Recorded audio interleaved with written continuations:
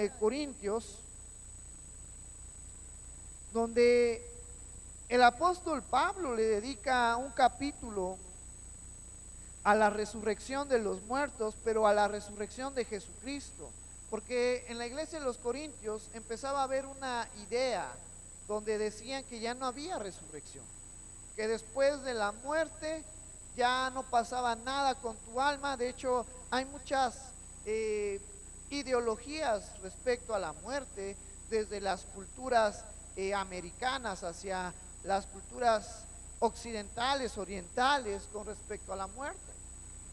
Los egipcios pensaban que después de la muerte tú encarnabas en un paraíso especial donde había tipos de clases, y que todo lo que tú habías obtenido a lo largo de la vida física, a lo largo de la vida terrenal, lo podías llevar a ese nuevo lugar.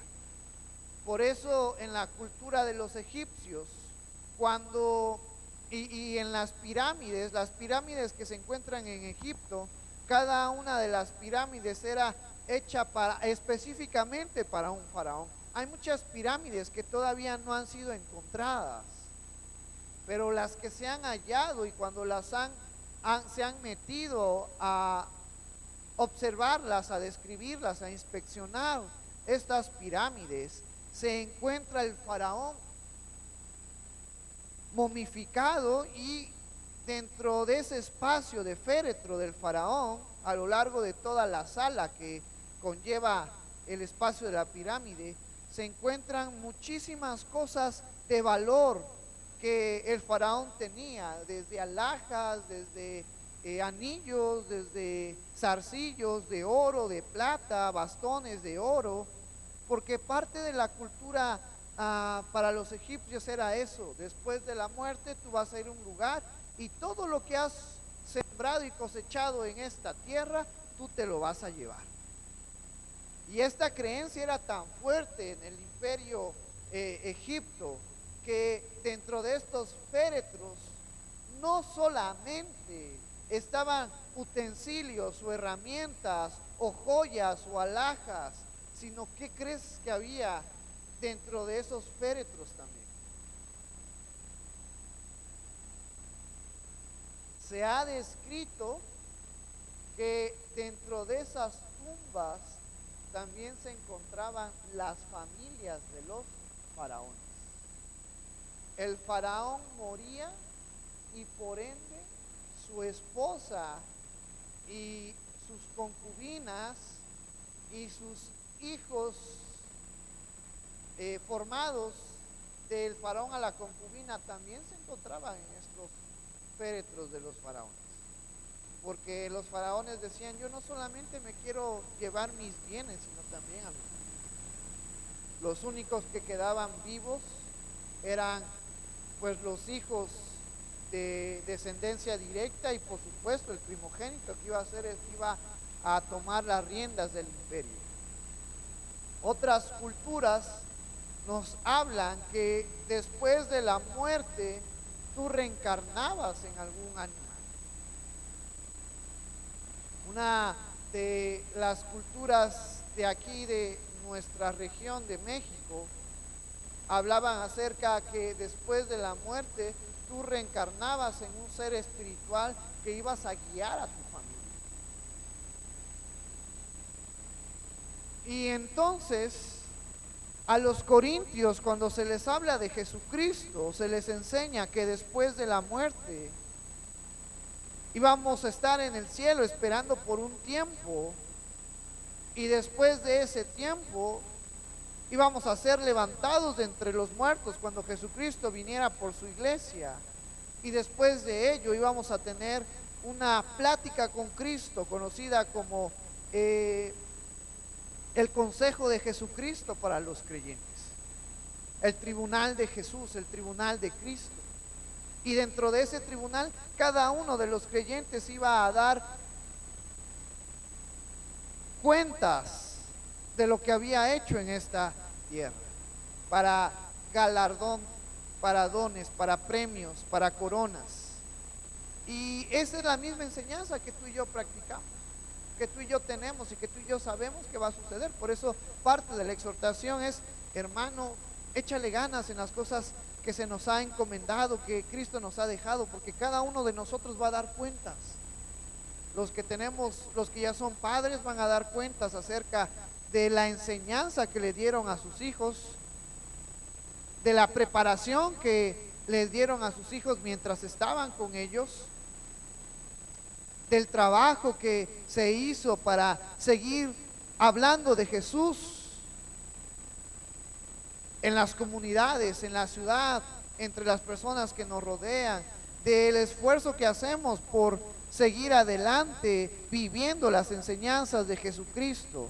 Pero llegó un momento en la iglesia de Corintios donde los hermanos empezaban a desviarse y empezaban a decir, no, es que creemos que ya no hay resurrección. Muchos otros se atrevían a pensar o a decir, es que, ¿qué tal si Jesucristo no resucitó?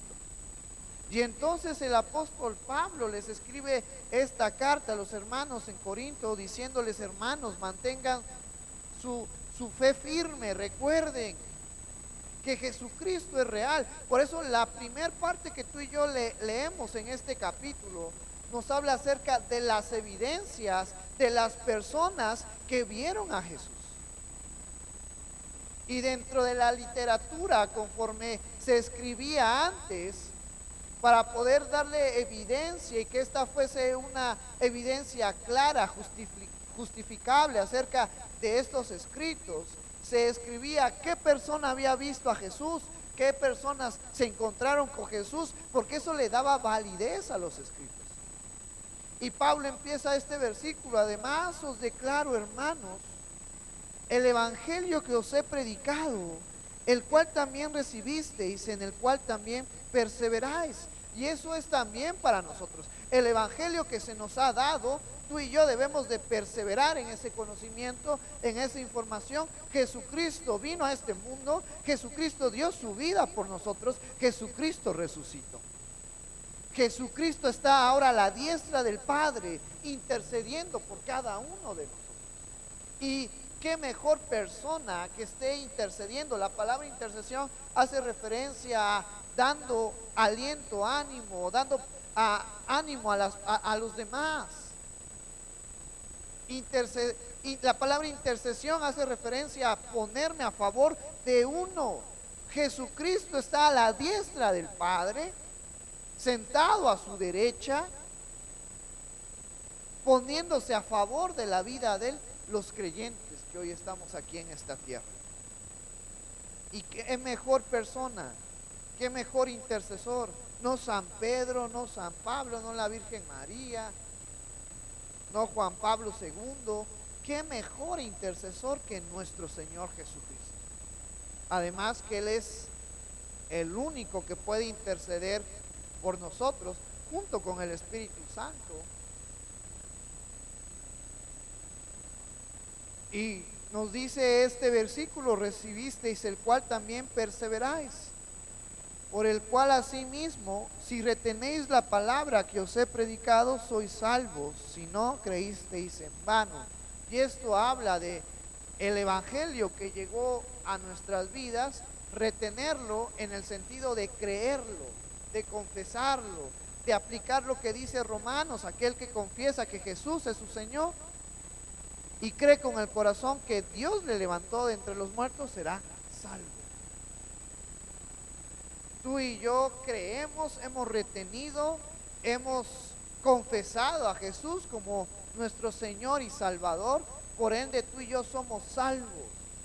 Pero había muchos en la iglesia en Corintios que habían escuchado de Jesús, había personas externas también a la iglesia de Corintios que habían escuchado de Jesús, pero no tomaban esa decisión de poder reconocer y de poder recibir el mensaje de salvación con una honestidad, con integridad, de tomar la decisión y decir, voy a creer.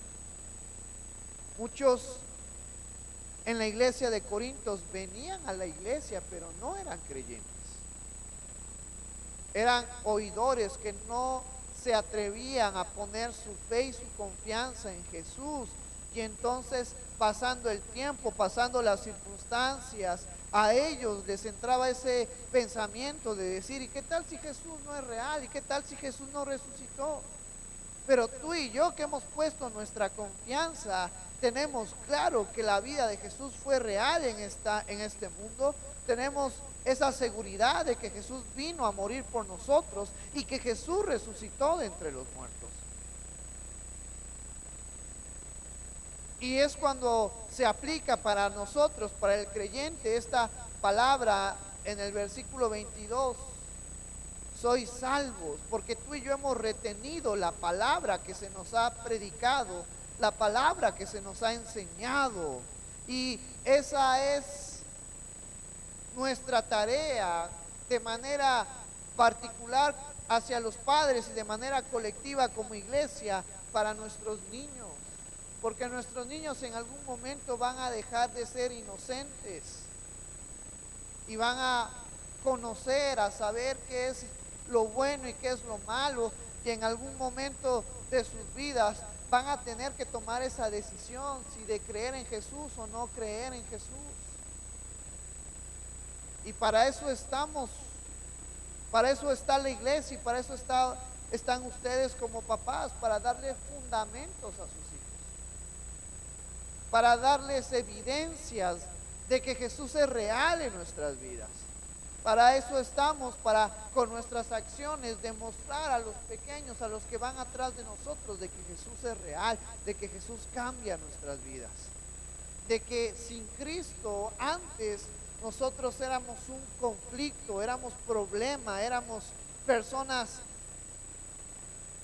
malas, sin razonamiento, sin amor, sin cuidado hacia ellos. Pero ahora con Cristo las cosas son diferentes. Y esa es la responsabilidad del creyente, mostrar físicamente, palpablemente, que Jesús es real en nuestras vidas, y por eso hay frutos.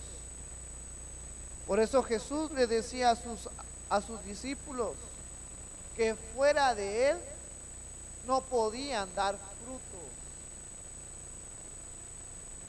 que Él era la vid y nosotros el pámpano, y alejados de Él nada podemos hacer.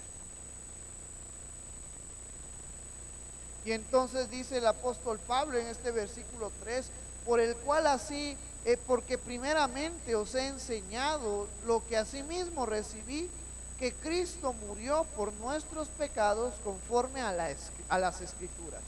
Jesús no murió solamente porque sí. Jesús no murió por ser un pecador. Jesús no murió solamente porque lo condenaron y ya. Jesús murió por nuestros pecados. Eso es algo que debemos de recordar, es algo básico, pero que a lo mejor se nos puede olvidar. ¿Por qué murió Jesús? Por nuestros pecados. Porque tú y yo éramos culpables ante Dios. Porque tú y yo necesitábamos ser reconciliados ante Dios. Jesús murió por nosotros, por nuestros pecados. Conforme a las Escrituras, porque era algo que ya se había mencionado en el Antiguo Testamento, era algo que ya se había escrito en los Evangelios, donde estaba redactado la vida de Jesús, con nombre, con fechas, con personas que convivieron con ellas, los apóstoles mencionados, los discípulos de Jesús, las historias reales, porque hay nombres y detalles acerca de los acontecimientos. Versículo 4, y que fue sepultado. Jesús fue sepultado. Fue llevado a una tumba nueva y una gran roca, y los fariseos le decían al gobernador, pero pon sellos a esa tumba y pon soldados que cuiden esa tumba, porque de seguro los discípulos van a querer sacar su cuerpo. Y entonces no vaya a haber rumores de que Él sí resucitó, y entonces se vaya a hacer un conflicto mayor que el que ya tenemos. Y entonces el gobernador va y pone sellos de del Imperio Romano en esa tumba. ¿Y sabes cuál era la consecuencia de romper algún sello puesto por el gobernador? La muerte. Todo aquel que rompía el sello que el gobernador ponía en ciertas tumbas o en ciertos lugares o en ciertas cartas, era condenado a muerte. Y aún así, el gobernador pone soldados, guardias que cuiden la tumba de Jesús para que nadie se acerque, ni mucho menos nadie pueda abrir esa tumba. Y aunque hubo resistencia humana, resistencia carnal, eso no fue suficiente para impedir la resurrección de nuestro Señor Jesucristo. Y luego nos dice este versículo, continuando con este párrafo, y que resucitó al tercer día conforme a las escrituras. Jesucristo le había dicho a sus discípulos, al tercer día voy a resucitar. No me voy a quedar en la muerte, no me voy a quedar en el sepulcro, sino yo voy a resucitar. Y después nos habla de estas apariciones de personas, de hermanos que vieron a Jesús. Nos dice el versículo 5, y que apareció a Cefas y después a los 12. Después apareció a más de 500 hermanos. Este dato es interesante. Que dice, después apareció a más de 500 hermanos a la vez. Nos está hablando de la omnipresencia de Jesucristo. Tú y yo podemos estar en un lugar al mismo tiempo, en un solo tiempo, en un solo tiempo del espacio. Jesucristo se le apareció a 500 hermanos en una sola vez. Es como el atributo de Dios. Dios es omnipresente. Dios está en todos lados. Dios está conmigo, Dios está contigo, Dios está en este lugar, Dios está en las iglesias que hoy se está realizando un servicio, Dios está con nuestros hermanos allá en las misiones que tenemos, en la Chicocana, en San Juan Igualtepec, con el pastor Antonio, la hermana Carmen, que están llevando un servicio en Jiacuí, en Rancho Oriente, en Yalala, en San Andrés Tlahuilotepec. Dios está presente a lo largo de todo el mundo, y se nos está describiendo aquí la cualidad de Jesús. Jesús también tenía esos atributos. Jesús también tiene ese atributo de la omnipresencia, a tal grado que se nos describe esta frase y dice que después apareció a más de 500 hermanos a la vez, de los cuales muchos viven aún, es decir, en el tiempo en el cual Pablo estaba escribiendo, redactando esta carta a los Corintios. De esos hermanos que vieron a Jesús estaban vivos, y otros ya duermen, y otros ya habían fallecido. Y esta es otra palabra interesante. Cuando el apóstol Pablo hace referencia a ya duermen, no está haciendo referencia a que estaban dormidos, a que estaban descansando, sino que ya habían fallecido. Pero a lo largo de la historia de la vida de los primeros cristianos, ellos no mencionaban la palabra muerte, ellos mencionaban la palabra dormir. El hermano ya está descansando, el hermano está durmiendo ya en la presencia del Señor, porque para ellos era claro que en algún momento nuestro cuerpo que estaba que el cuerpo de los hermanos que estaba descansando ya en el sepulcro, iban a resucitar para ser transformados, para que su cuerpo sea glorificado. Tanto así que los hermanos decían, no vamos a decir muerte, vamos a decir los hermanos ya están descansando, los hermanos están durmiendo en la presencia del Señor, porque nuestros hermanos están vivos. Todos aquellos que hemos perdido algún familiar cristiano, todos aquellos que hemos perdido algún ser querido cristiano, tenemos la seguridad de que los vamos a volver a ver. en la presencia de Dios. Esa es nuestra fe y en eso descansamos, y ténganlo por seguro que va a suceder. Yo estoy dispuesto a dar mi vida por esa creencia. Y estos apóstoles y el apóstol Pablo, que es el que escribió esta carta, dio su vida por esta creencia. El apóstol Pablo murió decapitado en Roma porque se le levantaron falsa información en contra de él, y parte de esa información decía: él no quiere sujetarse al gobernador ni al emperador romano porque él sirve a un tal Jesucristo que dice que está vivo. Y a Pablo se le dio la oportunidad, y esto no lo encontramos en la Biblia, pero sí lo encontramos en los escritos fuera, externamente a la Biblia. A Pablo se le dio la oportunidad de poder salvar su vida a cambio de declarar que Jesucristo no había resucitado, de que su creencia era falsa, de que él tenía que decir que su único Dios era algún Dios romano y que él estaba a la disposición del emperador. Y Pablo dijo: no, yo creo en Jesús, yo creo que él resucitó y estoy dispuesto a dar mi vida por mi idea, por mi conocimiento. ¿Y sabes cómo murió el apóstol Pablo? Murió decapitado. Sacaron una espada enfrente del emperador y le dijeron: si no vas a negar tu fe, entonces muere decapitado. ¿Sabes cómo murieron los demás? ¿Por qué murieron los demás apóstoles? Por no negar su fe en Jesús. El apóstol Pedro murió crucificado de manera invertida, porque el apóstol Pedro dijo: no soy digno de morir como mi Señor Jesucristo. De la misma forma, y entonces pidió que lo crucificaran al revés.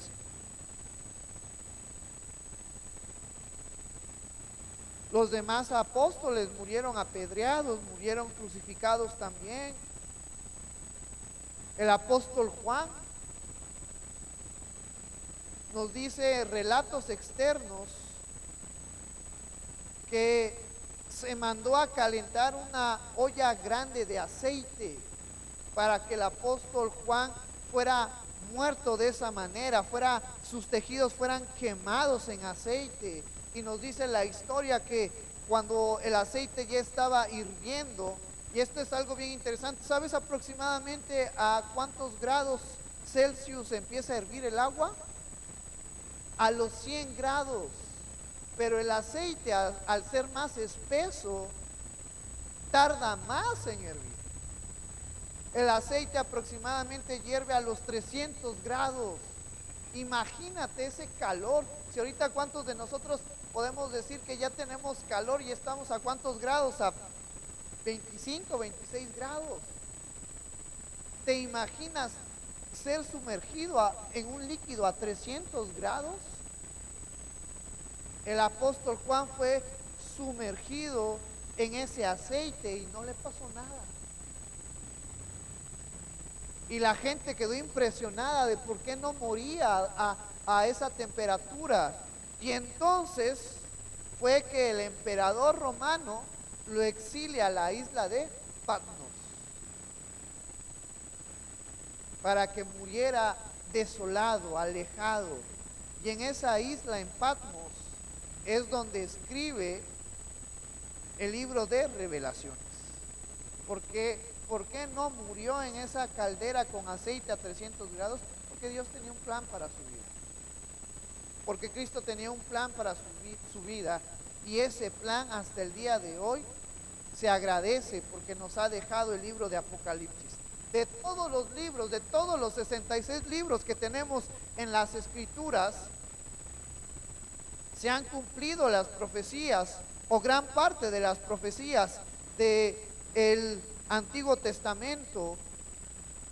Tenemos la información del Nuevo Testamento de lo que tenemos que hacer, pero el libro de Apocalipsis es el único libro que tiene profecías futuras que todavía no han llegado y que se van a cumplir, y que si tú y yo no las vivimos, la van a vivir nuestros hijos.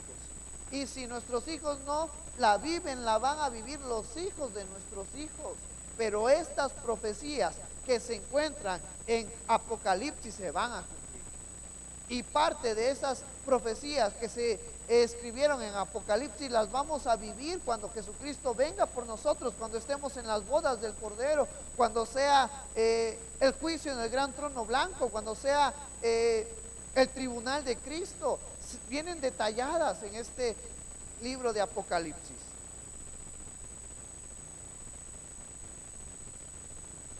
Y mi pregunta para ti es, ¿estás dispuesto a morir por nuestro credo, por nuestra fe en que Jesucristo resucitó?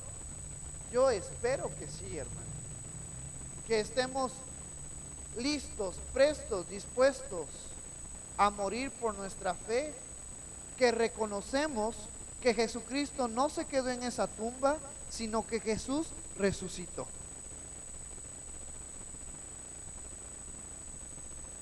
Y luego dice en el versículo 8, y al último de todos, como a un abortivo, me apareció a mí. Porque yo soy el más pequeño de los apóstoles, que no soy digno de ser llamado apóstol, porque perseguía la iglesia de Dios. Y en estos versículos podemos ver el poder de Cristo de una manera impresionante, porque los que hemos leído acerca de Pablo, antes llamado Saulo, sabemos que era una persona que vivía de una manera estricta la ley, que vivía en una vida acerca de hacer las obras, de no romper ni quebrantar ningún mandamiento que se había escrito en el Antiguo Testamento, y que tenía un gran rencor, que tenía un gran enojo hacia Cristo, porque Cristo en sus enseñanzas mandaba a hacer acciones que quebrantaba las tradiciones de los fariseos y de los escribas. Y esto es algo bien interesante, porque tanto Jesús como los fariseos conocían la ley. ¿Quién la aplicaba de la manera correcta? Jesús la aplicaba de la manera correcta. Los fariseos y los escribas hacían tradiciones pensando que podían mejorar lo que ya se había escrito en la ley. Y entonces viene Jesús, y como Jesucristo lo dijo mientras él estaba en su ministerio, yo no vine a quebrantar la ley, sino yo vine a cumplirla. Y entonces había un gran enojo por los fariseos y por los escribas, porque Jesús entendía la ley y lo aplicaba de manera diferente a ellos. Y Pablo tenía un gran rencor, Saulo tenía un gran problema con el tal Jesucristo y con sus discípulos, que según él quebrantaban la ley, porque no la hacían como los fariseos y como los escribas pensaban que se debía de hacer las enseñanzas en el Antiguo Testamento que se habían dejado. Y entonces Pablo, de camino a arrestar a los creyentes, nos dice Pablo en otra epístola que arrastraba a los creyentes, que le pedía órdenes de aprehensión al concilio de los escribas y de los fariseos, y arrastraba a los creyentes y los metía a las cárceles. Se nos dice que en un viaje tiene un encuentro con Jesús, y ese encuentro con Jesús cambia su vida de una manera radical.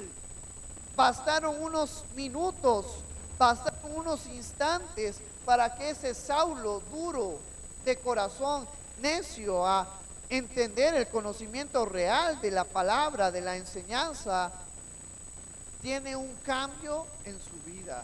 ¿Y quién fue el precursor de ese cambio? Jesús, en el encuentro que tuvo en el desierto con Saulo.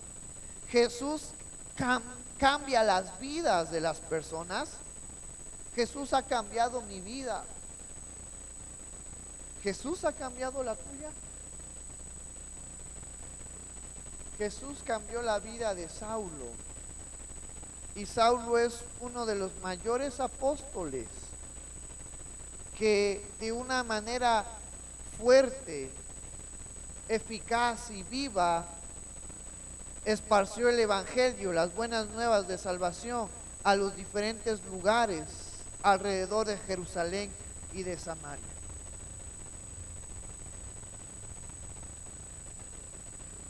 Y aún con todo ese cambio, mira lo que escribe el apóstol Pablo: porque yo soy el más pequeño de los apóstoles, que no soy digno de ser llamado apóstol, porque perseguía la iglesia de Dios. Aún Pablo, sabiendo todo lo que él había hecho por esparcir el evangelio, siempre se mantuvo humilde, siempre se mantuvo manso, porque dentro de él sabía que en algún tiempo antes de ser llamado por Cristo fue perseguidor de la iglesia. De hecho, Pablo se nos habla en el libro de Hechos que consintió en la muerte de Esteban. Y dice el versículo 10: pero por la gracia de Dios soy lo que soy, y su gracia no ha sido en vano para conmigo. Antes he trabajado más que todos ellos, pero no yo, sino la gracia de Dios conmigo. La gracia de Dios estuvo en la vida de Pablo, la gracia de Dios está en nuestras vidas. Es por la gracia, es por el favor de Dios que tú y yo hoy podemos estar aquí, hermanos. Es por la gracia, por el favor de Dios que tú y yo podemos despertarnos, podemos tener vida, podemos tener un esposo, una esposa, familia, amigos, un trabajo. Es por la gracia de Dios. Pero esta gracia de Dios no se podía manifestar en nuestras vidas. Este favor de Dios no se podía manifestar en nosotros si Jesús no hubiera muerto, si Jesús no hubiera resucitado. Porque el favor de Dios es para aquellos que no son sus enemigos, es para aquellos que han sido reconciliados con Él. Esa gracia y ese favor es para aquel que ha reconocido a Jesús como su Señor y su Salvador.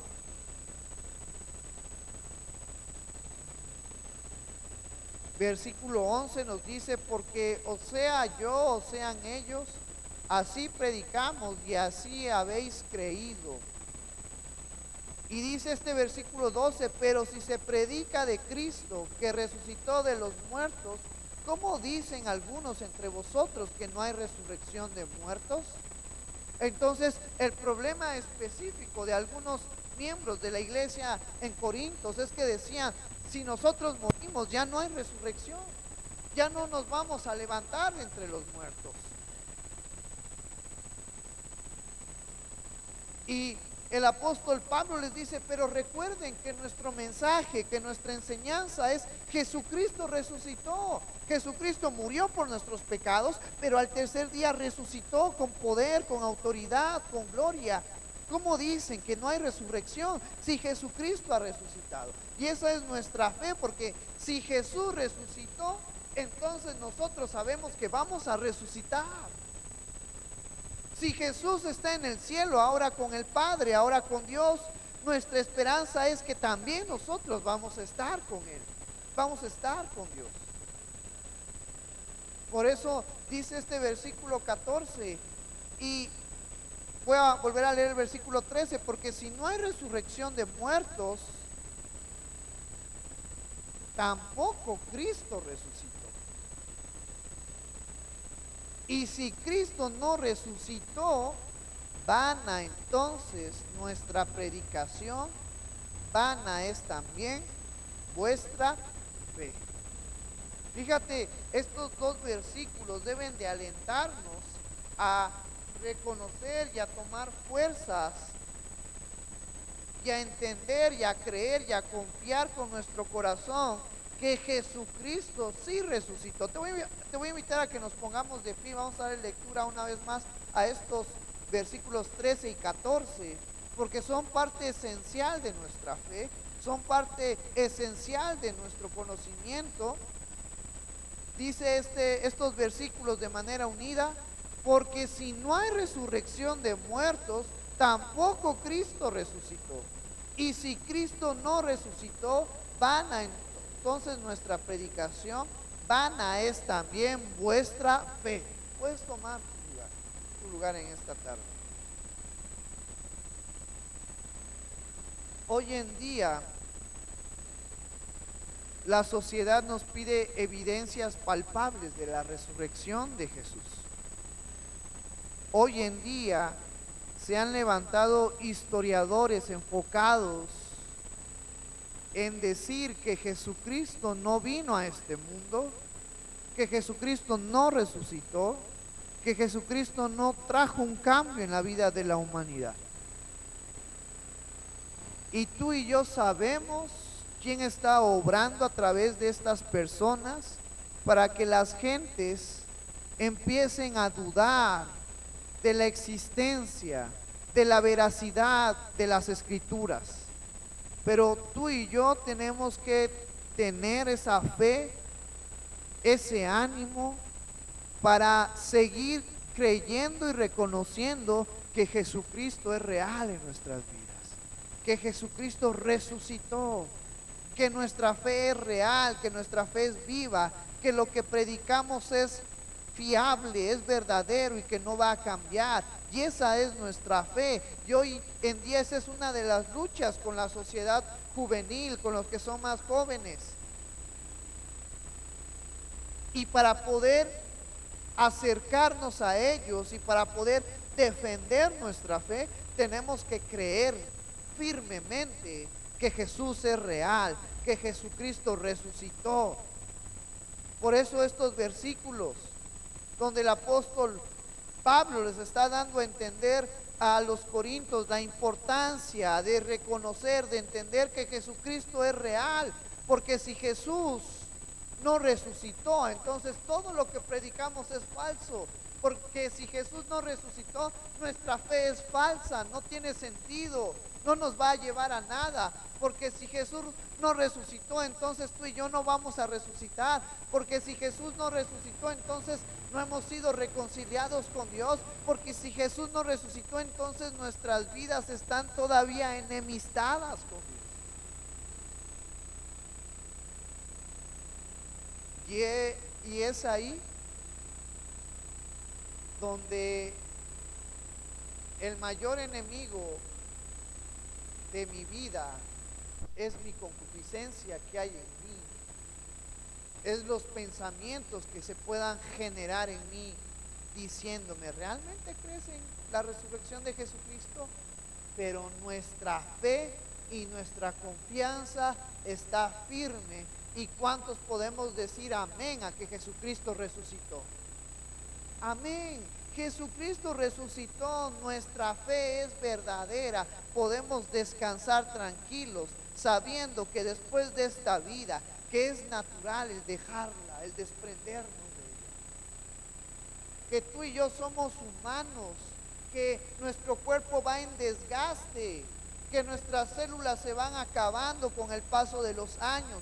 Fisiológicamente, los mejores años de las personas es del primer año hasta el año 30, donde las células funcionan, donde las células están dando todo, donde hay regeneración celular, donde la oxidación en el cuerpo sucede. Pero a partir del año 31 en adelante empieza la decadencia de las células, empieza el desgaste celular de nuestro cuerpo.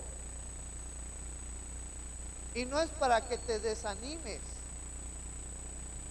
sino es para que tomes ánimo, porque es normal, es natural que nuestro cuerpo vaya desgastándose. Es parte de la vida. Y nuestra esperanza es saber que aunque nuestras células van desgastándose y en algún momento Misael Hernández va a empezar a encorvarse y a usar un bastón y a pedir ayuda porque ya no ve, ya no puede sostenerse porque sus músculos se van a atrofiar. Después de esta vida vamos a tener una vida por la eternidad. donde ya no va a haber dolor, donde ya no va a haber sufrimiento, donde ya no va a haber desgaste, donde vamos a poder ver a Dios cara a cara, en cuerpos perfectos, en cuerpos puros, porque ya no va a haber pecado. De una manera teológica, el por qué nuestro cuerpo se desgasta es por culpa de la muerte que fue traída por el pecado, que fue llevada por el ser humano que desobedeció a Dios. Y entonces nuestra fe es saber que aunque voy a perecer en este cuerpo y del polvo fui tomado y al polvo voy a volver, pero ese no es el fin de mi alma. Es el fin de mi cuerpo, pero no es el fin de mi espíritu, porque mi alma y mi espíritu están guardadas ¿en quién? En Cristo. Y mi cuerpo chafufu que hoy tengo va a ser cambiado a un cuerpo perfecto, gracias a que Jesús no solamente vino a este mundo, gracias a que Jesús vino, murió, pero Jesús resucitó. La resurrección de Jesucristo es garantía del creyente que tenemos una vida después de la muerte. Por eso Pablo le decía a la iglesia en Corintios, ¿por qué dicen que no hay resurrección? Porque si ustedes dicen y piensan que no hay resurrección, entonces nuestra teología, entonces nuestra doctrina es incorrecta.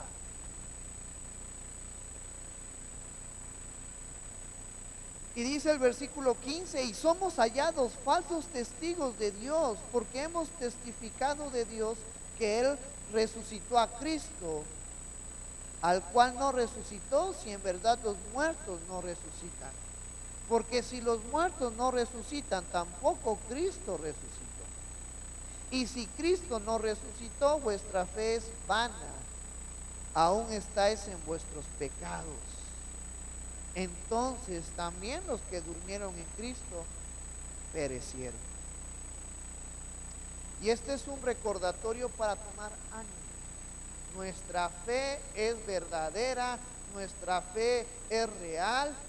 Los hermanos en Cristo que hemos perdido humanamente, pero que descansan en el Señor, están guardados y seguros. Han terminado la carrera. Pablo, antes de morir decapitado, escribía: he peleado la buena batalla, he terminado la carrera. Y nuestros hermanos que han sido llamados a la presencia de Dios pueden decir o han dicho eso: he peleado la buena batalla, he terminado la carrera. Tú y yo que aún estamos vivos, cuando Dios llame a su presencia, podemos decir: he peleado la buena batalla y he terminado la carrera. Ahora voy a ser llamado a la presencia de mi Padre, de mi Señor, de mi Dios. Porque tenemos esa confianza y esa seguridad que nuestras vidas están guardadas en Cristo y que Él resucitó y que nosotros también vamos a resucitar y que nuestras vidas están guardadas, están seguras en Cristo.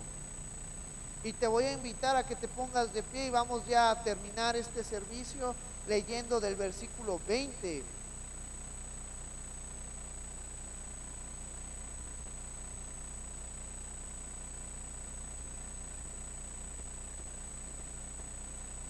Del versículo 20 al versículo 26. Vamos a darle lectura todos juntos y dice la palabra del Señor: mas ahora Cristo ha resucitado de los muertos, primicias de los que durmieron es hecho, porque por cuanto la muerte entró por un hombre, también por un hombre la resurrección de los muertos, porque así como en Adán todos mueren, también en Cristo todos serán vivificados, pero cada uno en su debido orden. Cristo las primicias, luego los que son de Cristo en su venida, luego el fin, y cuando entregue el reino al Dios y Padre, cuando haya suprimido todo dominio y toda autoridad y potencia, porque preciso es que Él reine hasta que haya puesto a todos sus enemigos debajo de sus pies. Y el postrer enemigo que será destruido es la muerte. Puedes tomar tu lugar. Pablo les recuerda a la iglesia y les dice: Cristo ha resucitado, Cristo está vivo, primicia de los que duermen es hecho. Y luego nos dice que va a haber un orden que se está cumpliendo. Cuando tú y yo seamos arrebatados, antes de ser arrebatados, primero todos los que están descansando en Cristo van a levantarse. Y una vez que se hayan levantado, juntamente con ellos vamos a ser tomados para estar con Cristo y reinar en aquel milenio donde va a sujetar a todos a su dominio. Y después de ello nos dice en este versículo: y el postrer enemigo que será destruido es la muerte. Jesucristo al resucitar venció a la muerte, pero ahora ese vencimiento de Jesús hacia la muerte se va a cumplir en nuestras vidas cuando la muerte sea arrojada, como nos dice el libro de Apocalipsis, en el lago de fuego, donde va a estar el anticristo, el falso profeta, Satanás, y todos aquellos que negaron a Cristo van a ser lanzados en ese lugar que es conocido como la segunda muerte, y aún mismo la muerte va a ser tomada y va a ser arrojada a este lugar de condenación. Pero Jesús ha vencido a la muerte. De alguna manera física todavía no se aplica en nosotros porque tenemos que morir. Pero tú y yo, cuando seamos levantados de entre los muertos, así como Jesús venció a la muerte, tú y yo venceremos a la muerte. Esa es nuestra esperanza y esa es nuestra fe y nuestra firmeza. Por eso dice el versículo 27, porque todas las cosas las sujetó debajo de sus pies. Y cuando dice que todas las cosas han sido sujetas a Él, claramente se acentúa a aquel que sujetó a Él todas las cosas. Es decir, todas las cosas están sujetas a la voluntad de Cristo.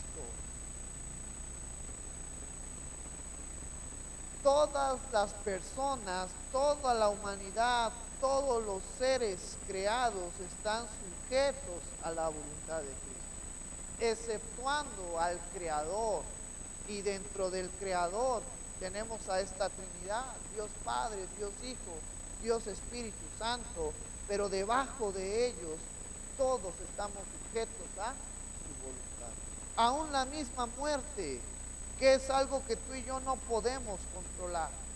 Aún los seres celestiales, aún los seres divinos, aún los seres malignos, aún el mismo Satanás está sujeto a la voluntad de Dios. Está sujeto a la voluntad de Cristo.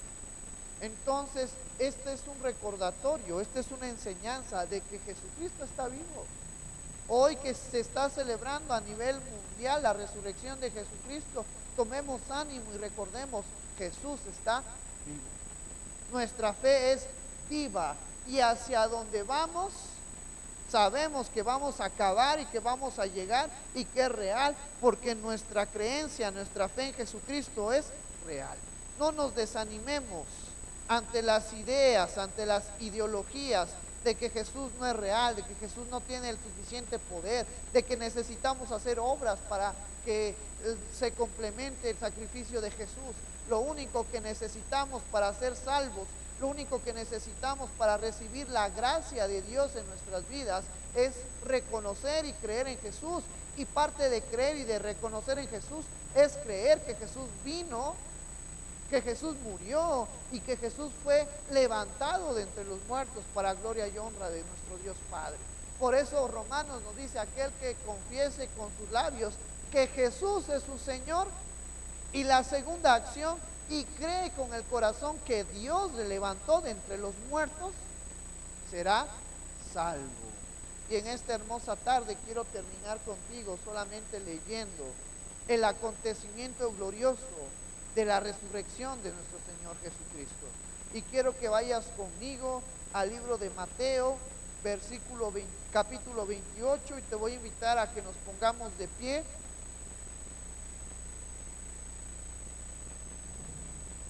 Y vamos a leer este capítulo 28.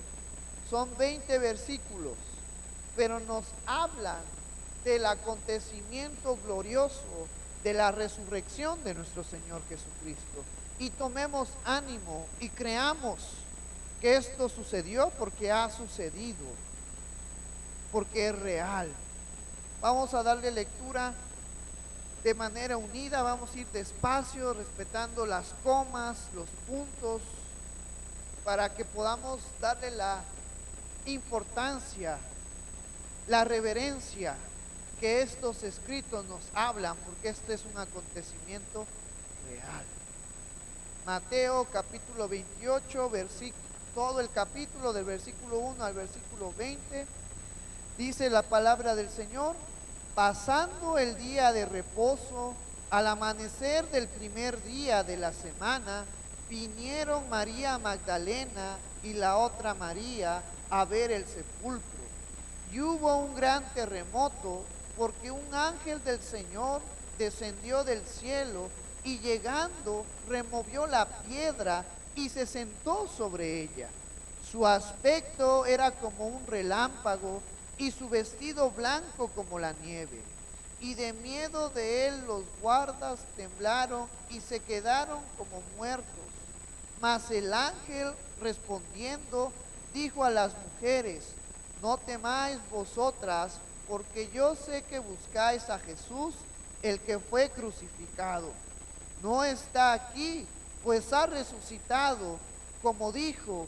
Venid, ved el lugar donde fue puesto el Señor, e id pronto y decid a sus discípulos que ha resucitado de los muertos.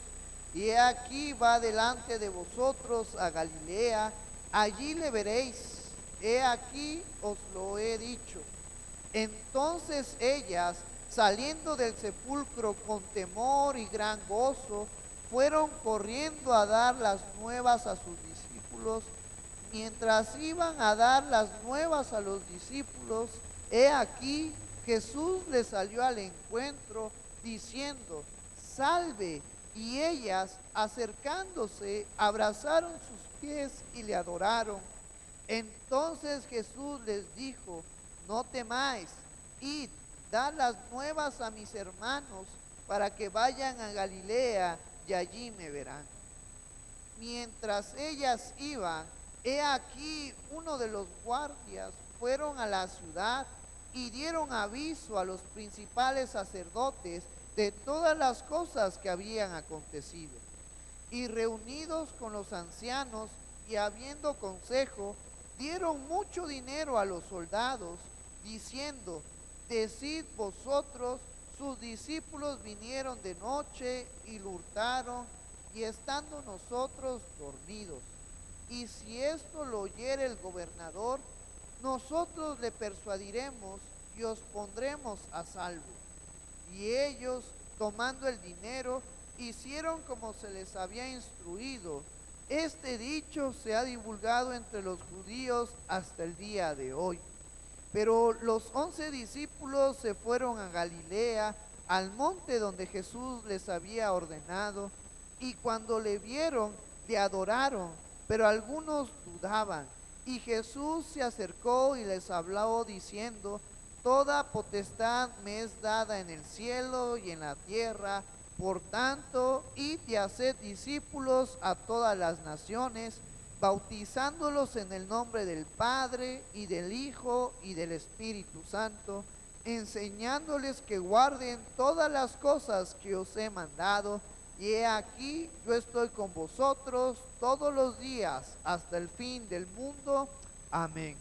Yo te invito en esta hermosa tarde a que recuerdes que Jesús es real, que Jesús resucitó en nuestras vidas, y que tomemos ánimo para poder seguir adelante. Vamos a orar en esta hermosa tarde y a darle gracias a Dios porque la resurrección se hizo presente en nuestras vidas, al que tú y yo hemos reconocido a Jesús y hemos sido reconciliados con Dios. Por ende, esa resurrección en el momento que Dios quiera en nuestras vidas se va a aplicar en nosotros, hablándote que tenemos que morir, es parte de la vida, pero cuando llegue ese momento de aflicción, ese proceso de que nuestra vida muera, o que nuestro cuerpo perezca, tú y yo tenemos la confianza que nuestra alma, que nuestro espíritu, que nuestra vida está guardada en Cristo. No tengamos miedo a la muerte, no tengamos miedo a lo porvenir, porque nuestras vidas están seguros en aquel que un domingo, un primer día de la semana de hace 2000 años, se levantó de entre los muertos. Y ese acontecimiento sigue hoy claro a tal grado de que a nivel mundial se está recordando la resurrección de nuestro Señor Jesucristo. Tomemos ánimo y sigamos adelante, hermanos, que nuestra fe está en el lugar correcto, que nuestra fe está firme en la persona correcta. Mi responsabilidad como pastor es decirle, hermanos, vamos en el rumbo adecuado, creyendo en Jesús. Jesús es nuestra meta. Vayamos a Él. Vamos a orar en esta hermosa tarde. Gracias, Señor, por tu amor. Gracias, Padre, por tu misericordia. Hoy en esta hermosa tarde, Señor, te damos gracias porque recordamos la importancia de la resurrección de nuestro Señor Jesucristo, el gran peso y el impacto que tiene en la humanidad, el gran peso y el impacto que tiene en nuestras vidas, porque sabemos que podemos descansar, sabemos que estamos tranquilos, sabemos que nuestras vidas están guardadas y seguras en Cristo. Padre, yo te pido en esta hermosa tarde que tú nos animes, tú nos llenes de tu gracia y de tu amor, de tu misericordia. Que tú, amado Padre, nos des fuerza y nos des ánimo para poder seguir adelante, peleando la buena batalla, rumbo a la meta. Y cuando llegue el momento de partir a tu presencia, cuando llegue el momento de ser llamados ante ti, Señor, podamos decir lo que dijo el apóstol Pablo: he peleado la buena batalla, he terminado la carrera. Amado Padre, nuestras vidas están en ti. Ayúdanos a recordar, ayúdanos a vivirlo, a saber que nuestras vidas están en ti, Señor. Yo te pido, amado Padre, que tú nos tomes, nos sigas tomando de tus brazos, de tus manos, y nos lleves de gloria en gloria y de victoria en victoria. Te pido por la congregación, te pido por los hermanos y las hermanas, te pido por los jóvenes, te pido por los adolescentes, te pido por los niños, que tú sigas tomando el control de nuestras vidas, que tú sigas dándole dirección a esta iglesia, que tú sigas dándole dirección a los líderes, Señor, y que tú nos ayudes a recordar que Jesús es real, que Jesús es verdadero, que Jesús resucitó y que nosotros también resucitaremos en el tiempo final conforme a lo que se ha establecido en tus escrituras. Gracias, Señor, por tu amor, gracias por tu misericordia.